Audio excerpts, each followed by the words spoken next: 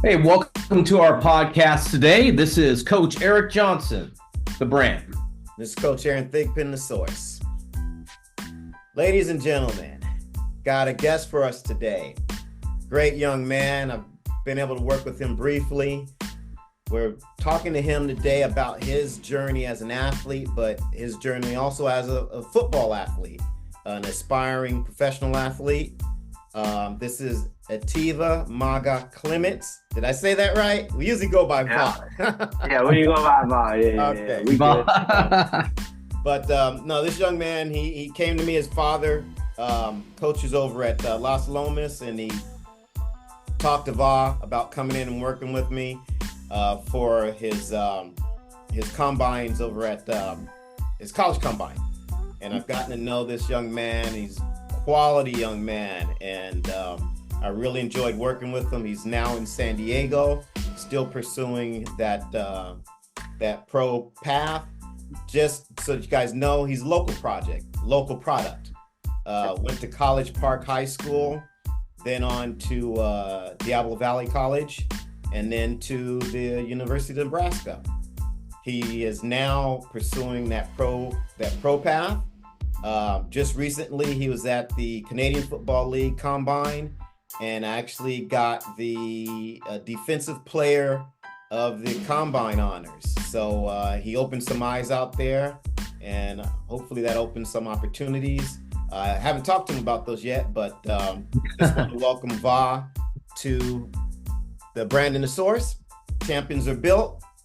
First, Va, just kind of tell us a little bit about your sports experience growing up and how you kind of got into sports and what's led you to this point. Oh, for sure. I think you already summed it up already for me. Yeah, my name is Etiva Mauga Clements. I go by Va. It's a lot more easier to pronounce to people who got that hard time trying to twist their tongue. But yeah, I'm from a small island in the South Pacific, American Samoa. You probably couldn't find it on the map. It's more like a little dot. It's hard to find, but if you know where your equator line is, just follow that. South Pacific, you see around there. But yeah, my football career started as a kid. We had a AYF, it's a youth football, started from 6th grade all the way up to 8th grade. Took a break between 9th grade and 10th grade because, family stuff. And then, picked it back up 11th grade, going 12th. And yeah, if you guys want me to go deeper, we'll go deeper into that. But yeah, we went to JUCO up north to Diablo Valley, find my way, got a scholarship all the way to Nebraska, and here I am now, trying to go pro. Yeah, I have a question. Your path from Samoa to the States, did you play sports in Samoa? How young were you when you came to the States? As soon as I graduated high school, I came out to the States, so when I was 18. Okay. And yeah, the main sports I played was soccer and football. That's where my skill talent was at. A lot of people play basketball out there, but yeah, my father reached out to me. I was getting close to going to the military because I didn't get no scholarship out of high school. The biggest accomplishment I did that time was making an all-star team representing my island for the JPS all-star game we had in Hawaii. We played like Hawaii teams in California. That was like biggest. That was it right there. That was the life right there. Just to represent the island, just represent your school well. But yeah, that's where I got to. And going into senior year and about to graduate, just wasn't getting any looks from anybody. So I took the other route, which was available to us. It's military. If you look, I think if you do a little research, they got a high enlistment in the military because that's the only way out for us. It's either school if you're lucky enough, or military, which is always there. You just gotta pass the ASVAB test, get the fitness level up, and there it was. And then fortunately enough for me, family reach out that's out there in Concord. Reach out and say there's like a school like a couple miles away from the house. It's up to you if you still want to pursue the career, in football. And I was like, hell yeah, sign me up. So yeah, most of my family up there I never met before, never seen them before, but yeah, Wow. so it was just, never got to talk to them on the phone other than my dad. So, but came out there, I just took it all in. It's like, I'm here for a goal. I'm just here to represent my family well and stuff like that. And it was just cool. Yeah. I have a question because I've had a lot of Samoan football players, successful ones over the years that went to the NFL. And I just wanted to ask you, is there a difference in the culture around sports and football that's different than, I guess you want to call us mainlanders? Mainland. You know what I'm saying? Yeah. Because almost to a T, every Polynesian athlete that I've had, you guys are kind of just built different mentally, Yeah.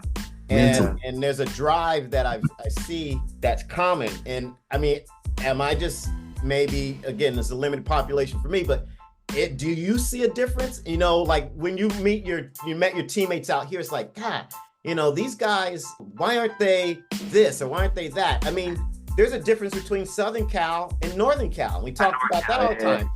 There's a culture around sports, and it could be locally, it could be regionally, and it could be geographically, ethnically, all of these sorts of things. And I'm just wondering, did you see that, and were there some adjustments that you had to make? Did you have to say, hey, these guys ain't going after it like I'm used to going after it? Mm-hmm. Or, hey, man, these guys are along with the game and they're along with the flow. I like this. I mean, did you see anything like that? Or maybe I'm just I definitely seen it. Oh no, I definitely seen it. Our people, like Samoan people, man, I think I'm being biased here, but I know we're built for this game. We're in that toughness. Just being back home. The weather we got tropical weather. It's either raining or it's either sunny. So that's about it. So and plus we're always outside the house doing chores and stuff like that. But when it comes to playing football, our people are most known for playing with heart. It's heart and soul, man. Like they got the same bone, they bleed the same as us. That was about it. But when I got out here, yeah, that's what we had. But the talent out here was like more advanced. Like when I talk about full coordination and all of that, like footwork was crazy. I was the DB when I came out here. And when my coach is putting me through the warm-up and stuff like that, it was like, this is what you call footwork? It was I was gassing. We were doing the ladders and all that, but it was just crazy. But just the one thing that's a part of Polynesian play is just the heart. Like we put our heart into this game. I think that's one thing that a couple players kind of lack. They're just here for all the afterthought of it, just getting called after the game for a little press interview and stuff like that.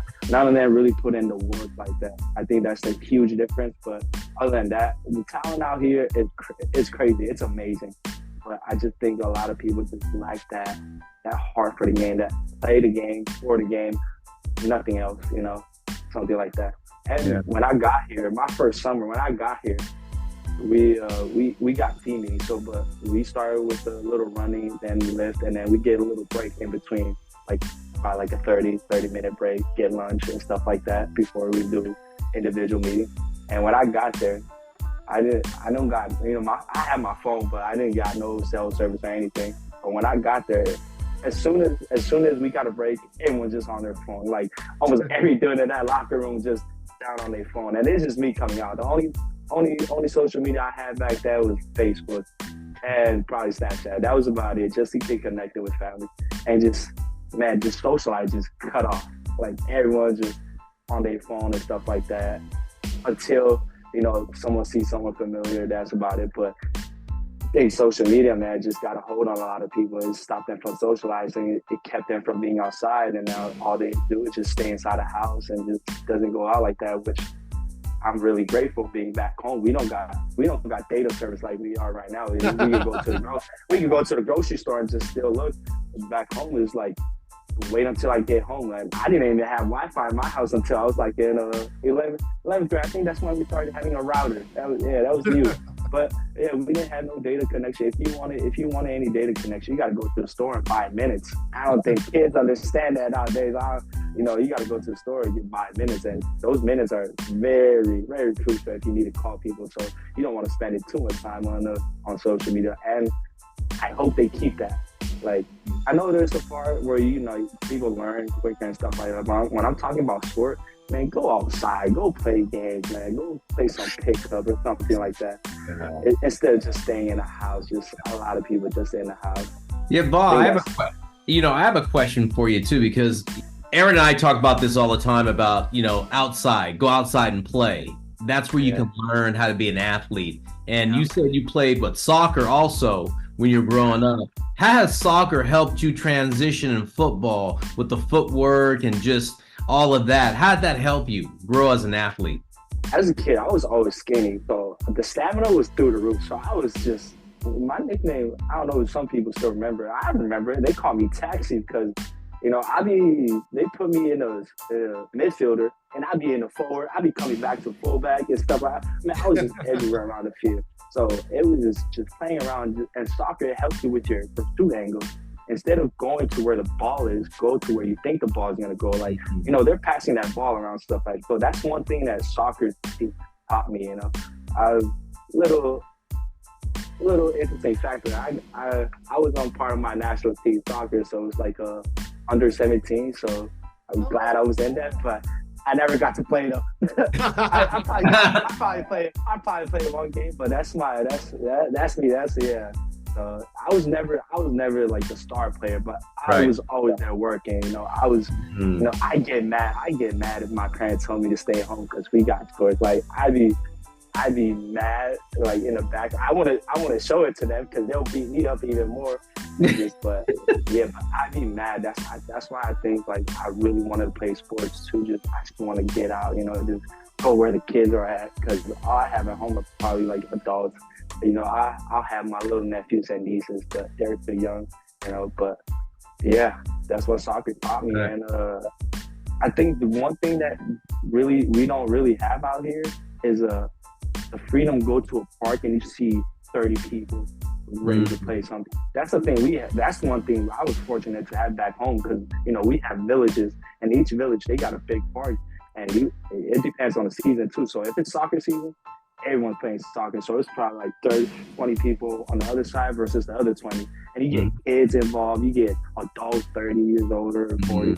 Some of them, if they're really good, like they'll be out there 40 years of age. But yeah, so it's either soccer, rugby season, and I only play when we're touching. As soon as they say we're about to hit, I'm leaving. Like we got some grown as a dog trying to play. I was like, nah, I was skinny too. Like I try to mess with a 300-pound ooze. So I'm like, nah, I'm good. And and then sometimes we'll have basketball. So we got people playing basketball, people playing. If they want to really play on the field sport, that's what they play.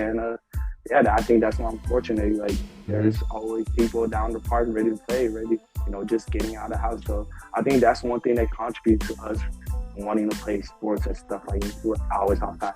Once you finish with school, do your chores, 3:30 at the field. Someone's got a ball down there. Someone's a coach or someone's down there. So 3:30 to 5:30, you're good. That's your workout right there. You get back home before those lights start coming up. 6:30 it starts getting dark, so you gotta get back home.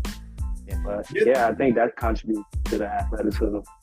Yeah, you're the second football athlete, and I always say athlete instead of player, because you guys that we tend to talk to always come from other sports as well. And you're the second, or not the second, the second one recently that we've talked to that's talked about their experience with another sport and how it's transferred into football. You just talked about how with soccer, you're not tracking the ball, but you're tracking where you think the ball is going to be, and that helps you with pursuit angles. You're a linebacker.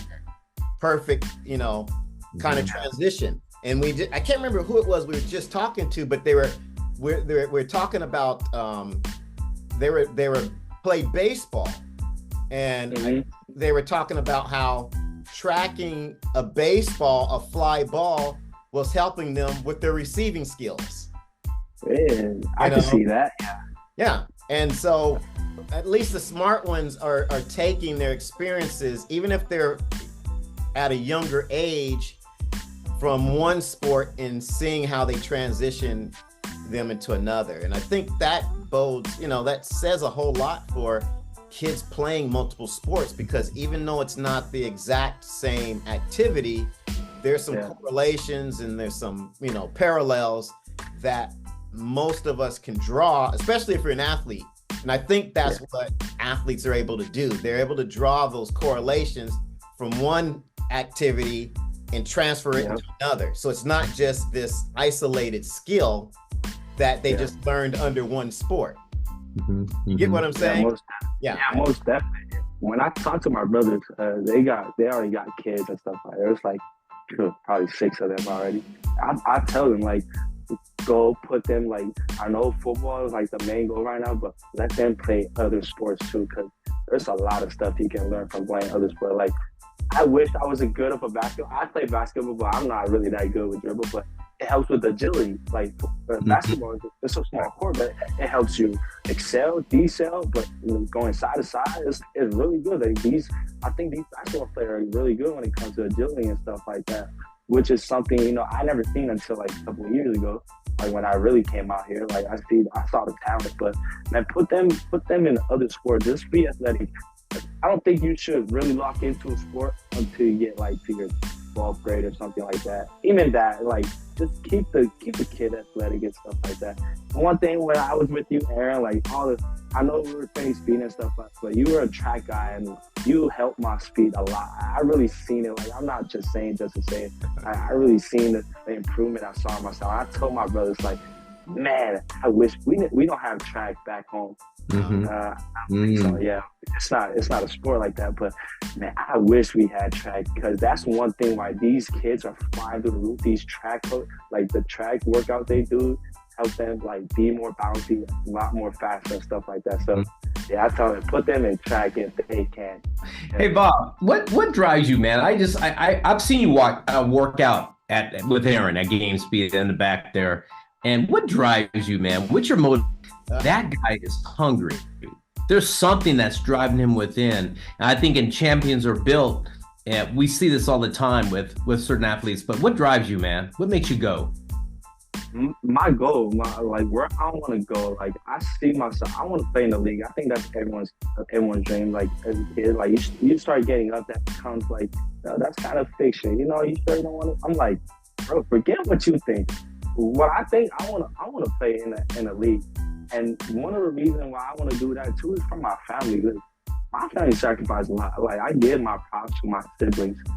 Like, they had opportunities to go to school, probably leave the island, but they stayed because our family's tight-knit. Like, it don't matter where you go. Like, as long as you have family, that's the most important thing. So I think my siblings sacrificed a lot just to stay at home, just to be closer, and just to help raise me, because it really does take a village to raise a kid. So, I decided, like, thank you guys so much for your sacrifice, but I'm going to take a selfish route and I'm going to go to college. I'm going to go play sport. Let me be one of the first in my close family to go to school for athletic scholarship and stuff like that. Because I have a brother, I got one brother that's in the military right now, and he was like one of the first just to, that had the blessing to go in the military, like be away from most of the family and stuff like that. But yeah, I contribute everything to my siblings, like my parents for sure, but my siblings, they were there. When I don't want to say stuff to my parents, I go to my brother and my sister, because they were there. They're a little bit more open. They don't look at you like, what? They're about to smack you if you say something wrong. But yeah, they was just But my family for sure. And just trying to keep that, that kid in me, get that fire, man. I got a lot of years to grow up, but right now, man, let me make sure like this kid in me got to live out his dream and is living through me. So yeah, that's my why. Cool. I like that why. That's good. Aaron, it's kind of funny, we hear this a lot. with Champions Are Built is that they have that kid in them. They have that play in them. And it's got to be fun for you. And, you enjoy that run and you get that rush, that thrill of going out performing. So that's good to hear, Bob, man. That's so cool to hear that, man. That's cool. Appreciate it. Yeah, I think it's been a thing I had with me like this whole time I've been out in the state. Like, yeah, I'd be getting homesick sometimes, but like, if your why isn't big enough, you're gonna easily just go back home. Like, I miss family and stuff like that. But your why's gotta be big, and you just gotta stand true with your why and think of the better outcomes. Like, I don't believe in that. I don't believe in that saying like, don't doubt yourself. Because when I came out here to junior college and we did that first practice, I was like, wow. Do I really want to go D1 after like this first day? Like, I am not even close. I'm not even close being like coordinated and stuff like that. It was like, I started doubting myself, but within those doubts, I told myself, man, I need to get better. Like, get better at this. Like, ain't nothing. Like, right now, yeah, you suck. You're at the bottom of the chart, but you keep working. You're going to climb your way up. And eventually, man, there's a lot of things that had to click. Coaches had to believe in my teammates. We all had to share a bond. And it was thanks to them that I was able to make it out of the JUCO, like especially in California JUCO. You ain't getting no scholarship. So stuff like that. So yeah. So what's it been like now that you're, well, I guess what was college like, for you in terms of not the JUCO, but you went to Nebraska, so big, I think it was what, Big 12? Pac-10. Yeah, okay. Yeah. What was that experience like in terms of the leap from high school to college, and the mindset you had to have, the expectations that were put on you as an athlete, and even as a student, because you actually got a scholar athlete at Nebraska the 2 years you were there, and you also won a couple of citizenship awards while you were there. So maybe talk a little bit about that, how you had to continue to mature, not only as an athlete physically, but kind of just as a person and as a young man. Yeah, for sure. Well, as much as I want to talk about Nebraska, I give a lot of my credit to when I was in DVC, Diablo Valley, because JUCO, that's when I started really becoming like a grown adult. Because when I was in JUCO, that's when after my first semester, I started working right after that. It was my first time working as Taco Bell. That's what I was working at.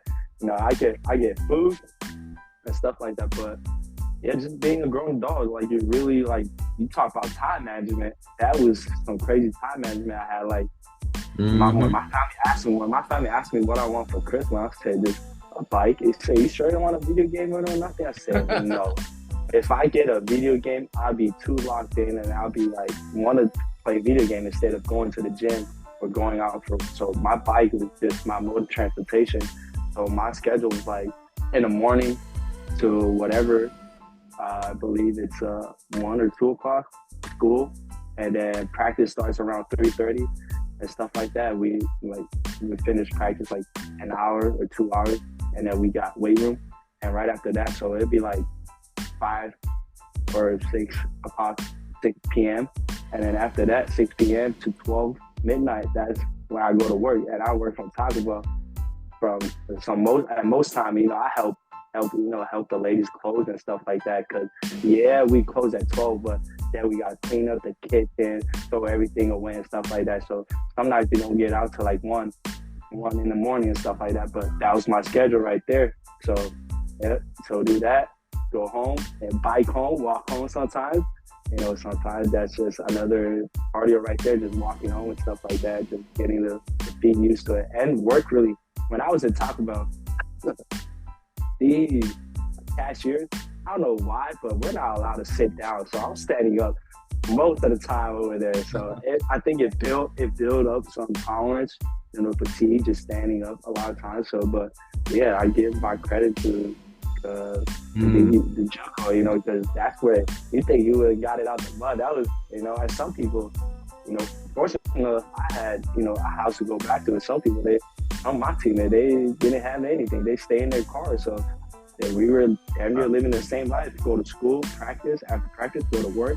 After work, they stay in their car. I go home and I go, I got a bed, and then wake up the next morning, do the same thing over again. And you get your off days, but it's like 2 days off a week. But transitioning from that, so that really helped me open up my mind by time management and stuff like that. And then I got to Nebraska. I didn't have to work no more. I was in my own dorm. I'm getting stipend like monthly to play football, and then boom, COVID hit. And now I don't know what to do with myself. We got no practice. You still got school, but I think we had like a 2-week break from COVID. And then I just had so much freedom, and I don't know what happened. Like, I don't know what you guys experienced. If you go through life like with everything so structured, and once that breaks down, it's either some people you keep it, or on the other hand, like I did, just lay back and just let it get the best of me, try to enjoy it too much, and eventually it caught up to me, and I had to fight back my way to the depth charge and stuff like that for the next 2 years, and eventually by my senior year, I was able to get some respect from my teammates, from my coaches. They really loved me. At the end of my senior year, they got me in a couple start, and I developed some strong relationships, some bonds. So it wasn't always fun. It's some tough times. We didn't win enough games, and losing, man, that'll really that'll show what type of person you are and stuff like that. It's tough. It's tough when it's losing, especially when you're in Nebraska.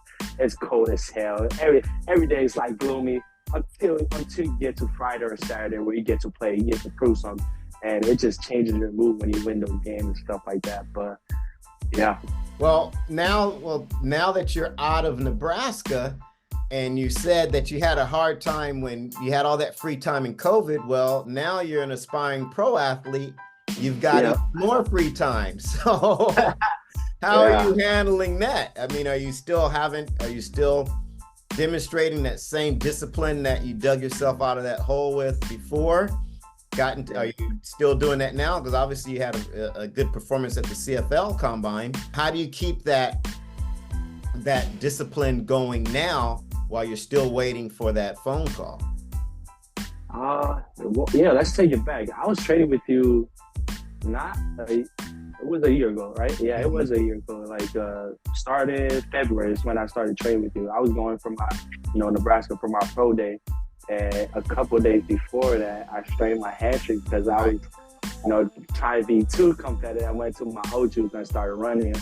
When you told me, shut it down, wait till you get to it was a really frustrating time when I did that, because I was having a good time and I wanted to, get some football in me. Like, I was just being around the football. I was in college, stuff like that before I went back. And I ran too much that day and I strained my hamstring, but it was frustrating. I still ended up going to Nebraska and doing all that, but, I didn't get to do the 40, the LG on the 20. So it sucked, but the reason why we go back to that, because I didn't get no call from no team after that. So, it took a whole year for me to, really like just not doing anything other than just, I kept my head down, say, hey, there's no one else to blame but yourself. Like, I could complain about my playing time in Nebraska, but when it comes down to it, you gotta take some of that on you. It really was on me. Like, if I didn't like the position I was in, it was up to me to take myself out of that. And it was really on me. But just to answer your question, now I'm staying busy. I work before I went to this combine, I worked. I think you told my dad, like, if anything, if I ever come back to the Bay, I could come out and help you out with kids over there. So, but, I didn't come up there. I came down here to San Diego, and I was training. I went to a couple of XFL tryouts and stuff like that. So, the place I was training at, after a month, I went to a tryout. The dude asked me, say, hey, you're pretty cool. So, like, you're really good at stuff. You got any work going on right now? I said, no. And he just offered me a job to come help him, helping with kids, training them with speed and strength. I was like, you're like the second dude that's asked me this. So I was like, maybe this is in my field and stuff like that. So yeah, I took the job, so I'm working. You've got it for working with. Yeah, I never seen that, but I guess when you play sport a lot, it's like some of the stuff are natural to you to teach, and just stuff like that. But yeah, so yeah, I work for a guy for his speed and strength, and I train still with a different trainer now down here, and yeah, so I stay busy, and I got kids too, so extra busy too. So I gotta when I wake up, it's a good thing I have my training in the morning, get my breakfast in. As soon as I get home, get my lunch, and then I take some time with them to go to the park. And if it's a work day, I go to work, come home, shut it out. Go to bed before 10 and stuff like that. Wake up at 6. So trying to lock in on sleep and stuff like that. And eventually got this opportunity for the CFL. They reached out literally a year later, like after just not knowing what to do, but just keeping close with God and everything. So yeah, just staying ready, and thankfully with the CFL thing that just finished up this past weekend. So yeah. You mentioned something that athletes. Did you want to say something, AJ?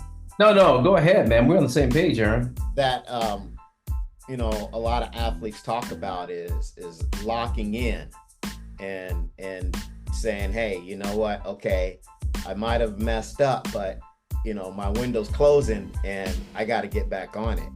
And had other athletes, talk about that. It's not always, this type of trajectory for a lot of athletes. A lot of athletes it's here, and then it goes down, and it goes up, and it kind of goes up and down. So I'm glad to hear that, even though you've had a few stumbles, you've been able to overcome them. And you do have a knack. I mean, I saw it right off. I said, hey, this guy, your calling might not be there on the football field. Your calling might be helping others make it to the football field. Someone told that to me years ago. He says, Aaron, you weren't meant to be this guy. You were meant to be this guy. And I kind of see that in you too. So we may be looking not necessarily at the next Pro Bowl linebacker, but probably the next new thing in training of athletes, the next great trainer. Yeah. Oh yeah, definitely. It's nice just to coach. It's different because you spend that time around athletes yourself with the talent, at the D1 level, and then you come back, you see these kids, like it's easy to see where they're lacking in, like not turning their hips, not not reaching like their form. Are they dorsal flex, or like they just relax on it? It's crazy. Like some of these stuff, like people who want to train, they go to kinesiology to learn that. And when you're an athlete, you see it every time on the field, and you kind of know which person has a good stance and who's kind of lazy in their stance. So yeah, I think that just comes natural sometimes. Yeah. And I also got a credit right after my pro day. You asked me, and I told you, man, I'm not feeling like the best athlete out there. You told me like destination stayed the same, but just taking a different route. And my whole football career has been different. It's like it hasn't been a straight shot, When did you out of high school, wasn't always a star player. Finally got some blood going my way, picking an all-star, but get no offers. Went to JUCO, and then even after that, I stayed 2 years. I thought I was gonna just do 1 year and go I'm gonna be a star, and then went to Nebraska, and after that, just the injuries and stuff, no one called me. And then a year later, now the CFL, reached out and stuff like that. So it's never been a straight shot, but like I said, you keep your why strong enough. And if you feel like it's a thing, it's not easy for me to give up because I still got it. When I go out to the field, I feel like I still have it, and I gotta push it to the best of my ability. When I know I don't have it anymore, then I'm gonna call it quit. But I still got it. I feel it in me. Like no one's got to tell me. I feel it in myself, and especially where I'm training at. I got other athletes too that are already playing their pro season right now with indoor teams and stuff like that. They say, man, you kind of got it. And I think with this CFL tryout, man, I ran a 4.14 on this 20-yard shuttle. It's like everyone just you had the top shuttle time. Yeah, so EJ, got anything? Man, what a great story. I love this because we always talk about trajectory of athletes and it's ebb and flow, up and down, but it's those who can stay the course. And you said some important things to me I thought were great. I hope our listeners heard this, but you take a responsibility, accountability, and you lock in. And I got this from you, man. I saw you work and I go, that dude's locked in. He's responsible. He's accountable. And you know what? You're right, man. You are, man. I can only give you my best, man. I love hearing this story, man. I hope all the people out there today can lock in and understand this young man's journey and really just listen to it and enjoy it, man. So I can only wish you all the best, Bob. I tell you, man, all the best. Appreciate it. Thank you. No problem. Well, that's our time for the day. Appreciate you, Va. Thanks for coming on.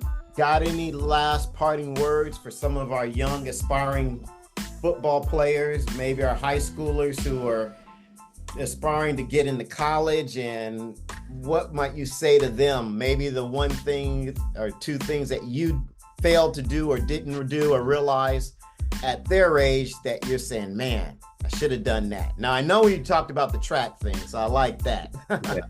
Anything else? Just be true to yourself. That's one thing. Everywhere I went, everyone just told me, man, Bob, keep being you. Like, if you're ridiculous, if you're humorous in the inside, be you. If you're someone that's straight, like always just great to work, be you. Don't ever change for anybody. Be someone that you're happy to be. Like, just be you, like help people around you and stuff like that, because helping others will help you, and just keep God in your life and stuff like that, because there'll be some dark times, trust me, and there will. Like I always say, man, I ain't gotta worry about that. I'm gonna just work hard, but there'll be some times like, hey, come on, let's go party. Like, come on, things are going hard. Like, that's where you really gotta push that away from you. Like, just know what your goal is. Like, keep that peer pressure away and be yourself. Just be yourself. Yeah. Oh, I like that. Authenticity and being accountable to yourself first, more so than anyone else. Yeah. Right. Great, man. It's been a pleasure having you. Thanks for coming back and giving us a little knowledge, and definitely keep us posted on your journey. I want a jersey. Can I also say one thing? Yeah, can I also say one more thing? Yeah. Hey, man, if you love sport, man, play it to the best of your ability. Stay in school, and for me, sport has taken me. It took me away from an island to the U.S., to the United States. I never seen myself like it was just I was just in a small island. Now, my first state to be in a state was California. Really live out there, and I was able to play football in Ireland, just all different countries. And now I just past weekend, they already paid my flight to go to a different country, which is Canada, it's amazing what sport will do for you. If this is what you want, take advantage of the opportunity and just have fun with it. That's one thing too, yeah. So sport ain't just for all, those things you see in a movie, just jockeys being jockeys. It's just, if you do it right, it'll do you right. So yeah. I like that. Well said, man. I like that. Well, that's a good way to end it. I love that. EJ, take us out. Yeah. Well, like a true champions are built. Bob, we only wish you the best. And this is Coach EJ, the brand from Champions Are Built. And this is Coach Aaron, the source. We'll see you.